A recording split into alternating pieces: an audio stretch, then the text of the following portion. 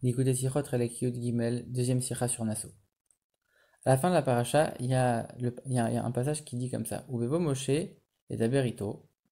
Quand Moshe venait pour parler avec Dieu, Vaishma et Akol, il entendait la voix de Dieu, Midaber Elav, qui parlait. Vaidaber Elav, et Dieu lui parlait. Donc Rashi note les mots Vaidaber Elav, il lui parlait. Et il explique les Maët Aaron Minad Dibrot. C'est pour exclure Aaron. C'est-à-dire que Dieu ne parlait que à Moshe Rabbeinu et pas à Aaron. Et c'est pour ça que le verset vient préciser à nouveau que Dieu parlait, il lui parlait à Moshe Rabbeinu pour préciser à Moshe Rabbeinu et pas à Aaron. Parce qu'en effet, ici, si le verset y répète, c'est pour préciser que on exclut Aaron, parce que sinon, ces mots, ils seraient en trop. Et après avoir donné cette explication, Rashi continue. Il note les mots Vaïdaber et Lav, et il explique. Non, il note les mots Vaishma et Akol, il entendait la voix. Et il explique la chose suivante. On aurait pu croire qu'il s'agisse d'une petite voix, et pourtant, il est écrit Hakol, la voix. C'est quoi la voix? C'est la voix qui a parlé au mont Sinaï. Et quand cette voix, elle arrivait au seuil de la tente d'assignation, elle ne sortait plus. Donc ici, a priori, ce que Rachid vient nous enseigner, c'est pourquoi c'est écrit la voix, avec le He qui vient préciser que c'est apparemment une voix dont on a déjà parlé, qu'on connaît déjà. C'est pour nous dire c'est la voix qu'on a entendue au mont Sinaï. Et cette voix-là, c'est sûr que c'était une très grande voix, puisque tout le peuple juif l'a écoutée, etc. Mais a priori, sur toutes ces explications de Rachid, il y a plusieurs questions qu'on pourrait se poser. Déjà, on voit que Rachid, dans ses explications, il inverse l'ordre des versets.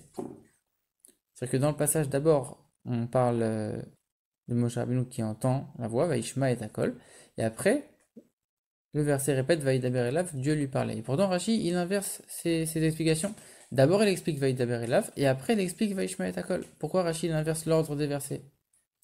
Deuxième question, Rashi, il explique en disant, on aurait pu croire qu'il s'agissait d'une petite voix, et non, c'est une grande voix. Mais qui t'a dit que c'était une petite voix? Pourquoi on aurait pu croire que c'était une petite voix? Qu'est-ce qui nous aurait pensé à croire qu'il s'agissait ici d'une petite voix? Pourquoi ça aurait pas pu être une voix normale, une voix d'amplitude régulière? Troisième question, ici Rachid nous a expliqué pourquoi c'est écrit la voix, c'est la voix du Sinaï. Pourquoi il a besoin de préciser que la voix, elle s'arrêtait au seuil du Ohel Moed et de la tente d'assignation? Et enfin, dernière question que le rabbi pose, pourquoi dans le titre de son commentaire, Rashi note aussi les mots Vaishma et, que il a entendu la voix. A priori, ici, il vient juste expliquer c'était quoi cette voix, Hakol, la voix. Et pourtant, il note dans le titre du commentaire, il entendait la voix. Pourquoi il a besoin de noter ces mots-là en plus? Alors, le rabbi, il donne l'explication suivante. Ici, Rashi vient nous dire que Moshe c'était le seul à entendre, à tel point que le verset vient exclure Aaron, que Aaron n'entendait pas la voix.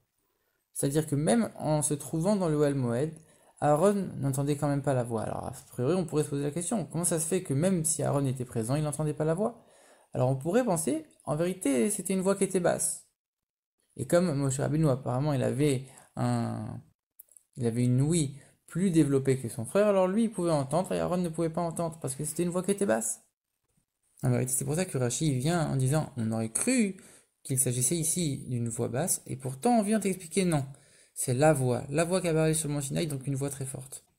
Mais pour expliquer ça, Rachid a d'abord besoin de d'abord t'expliquer que Aaron n'entendait pas. Donc il change l'ordre des versets, il t'explique Dieu parlait à Moshe Rabbeinu uniquement, et donc pas à Aaron. Et là, à ce moment-là, toi, quand tu entends cet enseignement, tu te dis, ah, mais pourquoi Aaron n'entendait pas? Ah, il s'agissait d'une voix basse. Et là, Rachid a besoin de venir te préciser, non, c'était une voix haute. Et donc Rachid, il a besoin de changer l'ordre des versets pour venir t'expliquer ça. Donc du fait que même si la voix était forte et que Aaron ne l'entendait quand même pas, on est obligé de dire qu'il s'agissait ici d'un miracle. Le miracle a été que même si la voix elle a été très forte, Aaron, même se trouvant dans la pièce, quand même il n'entendait rien, c'était uniquement Moshe Rabbeinu qui entendait. Mais alors à ce moment-là, on pourrait se poser une question. Si la voix elle était si forte, alors pourquoi Moshe Rabbeinu avait besoin de se trouver dans le Ohel Moed, dans la tente d'assignation? Si tu me dis c'est une petite voix ou c'est une voix moyenne, alors je comprends que il a besoin de se rapprocher. Mais si toi tu viens et tu me dis non, c'est la voix du mont Sinaï, alors a priori c'est sûr qu'on l'entendait à l'extérieur. Et donc pourquoi Moshe avait besoin de rentrer dans le Ohel Moed?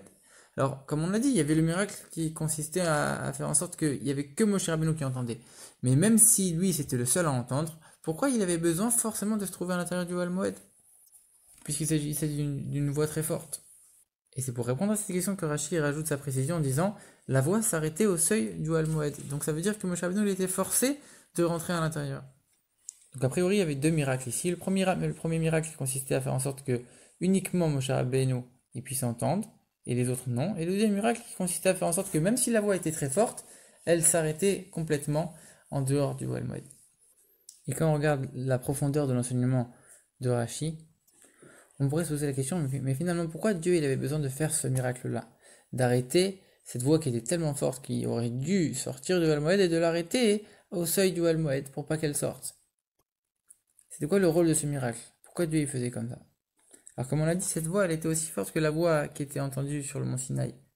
Et de la même manière que cette voix qui a été entendue au mont Sinaï, elle a eu une limite aussi, donc c'était peut-être pas une limite de lieu, mais c'était une limite de temps, puisqu'elle s'est arrêtée un moment cette voix.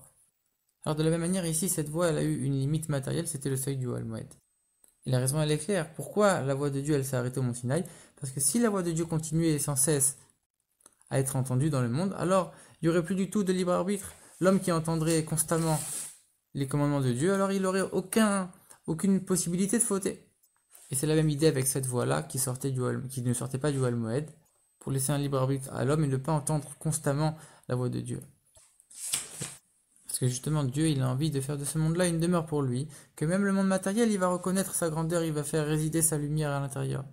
Donc ça, il faut que ça vienne par l'effort de l'homme, et donc pour que l'homme il fasse un effort de lui-même, il lui faut ce libre arbitre, en faisant en sorte que ça va venir de son propre choix. Et de ça, le rabbi tire un enseignement, qu'on doit savoir qu'on ne doit pas rester enfermé dans le Ohel Moed, rester enfermé dans son coin, à étudier, à prier. Et au contraire, il faut s'efforcer de diffuser le message qu'on a réussi à intégrer quand on était dans le Ohel Moed, et à le diffuser autour de soi, à faire de ce monde-là une demeure pour Dieu, et à diffuser cette voix de Dieu, cette grande lumière dans le monde entier, dans les choses les plus matérielles.